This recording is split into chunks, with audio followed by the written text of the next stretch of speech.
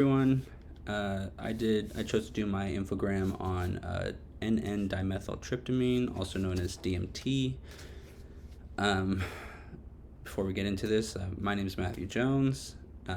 This is an infogram for ADS100, class at the Napa Valley College, taught by Dr. Cresci. So DMT is a naturally occurring chemical that's found in most living things. Although when someone ingests it in high quantities or high levels, it induces visual hallucinations. Although DMT has been used for many years for religious ceremonies and like with shamans and just like shamanistic rituals all throughout the world for many years.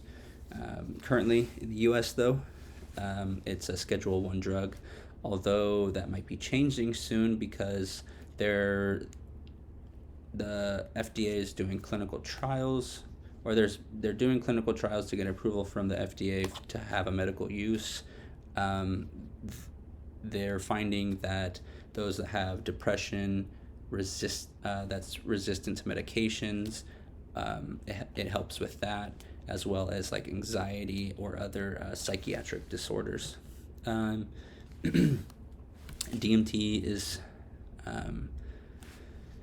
water soluble, so it can be administered intravenously or intramuscular, as well as it can be smoked or inhaled by smoking it. After DMT is administered, the hallucinations begin almost instantaneously.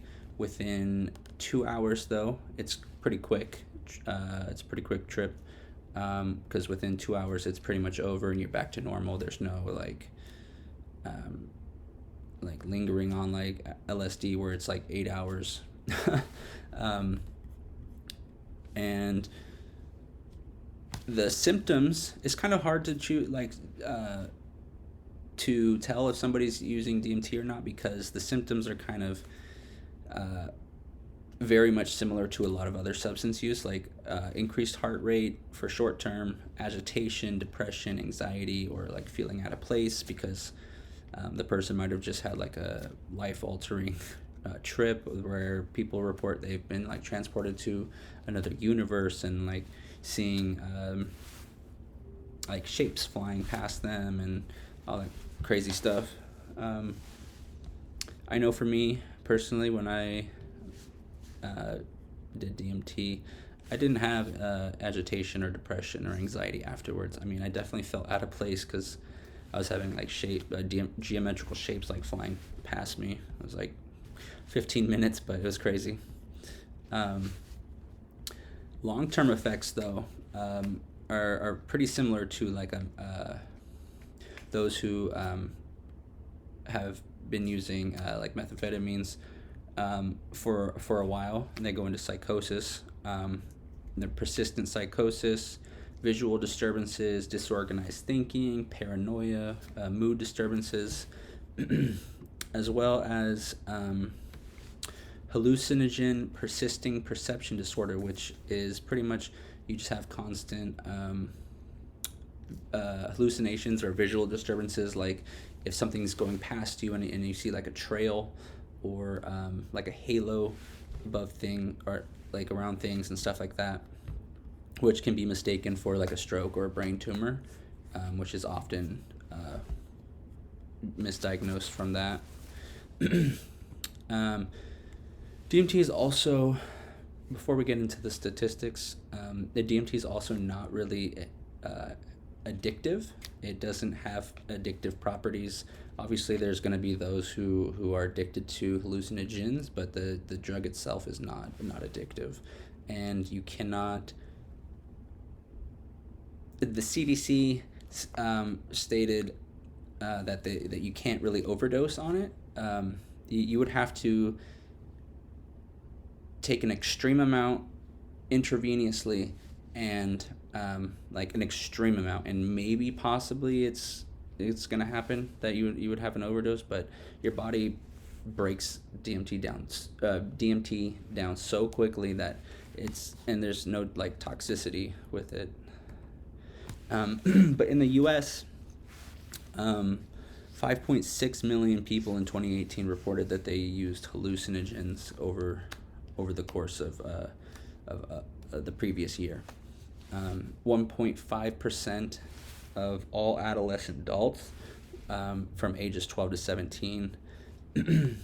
What I thought was crazy was the ages 18 to 25 is when people want to experiment with hallucinogens, I guess, because there's a drastic jump from 376,000 to 2.3 million, and then ages 26 and up 2.9 million. But out of all of the young adults, that's 6.9% of that population, and then just adults is 1.3%, but a higher amount. So treatment's kind of, since there's no really like major side effects of DMT, besides like having like a mental or like a state of crisis where you feel out of place or you're having anxiety because of it. And when you do have like a bad trip, you're often prescribed like benzodiazepines, or if you're having seizures, but the trip's only 2 hours, maybe if that, and then you're back to normal. But for those who do have those psychological not disorders, but like issues with that,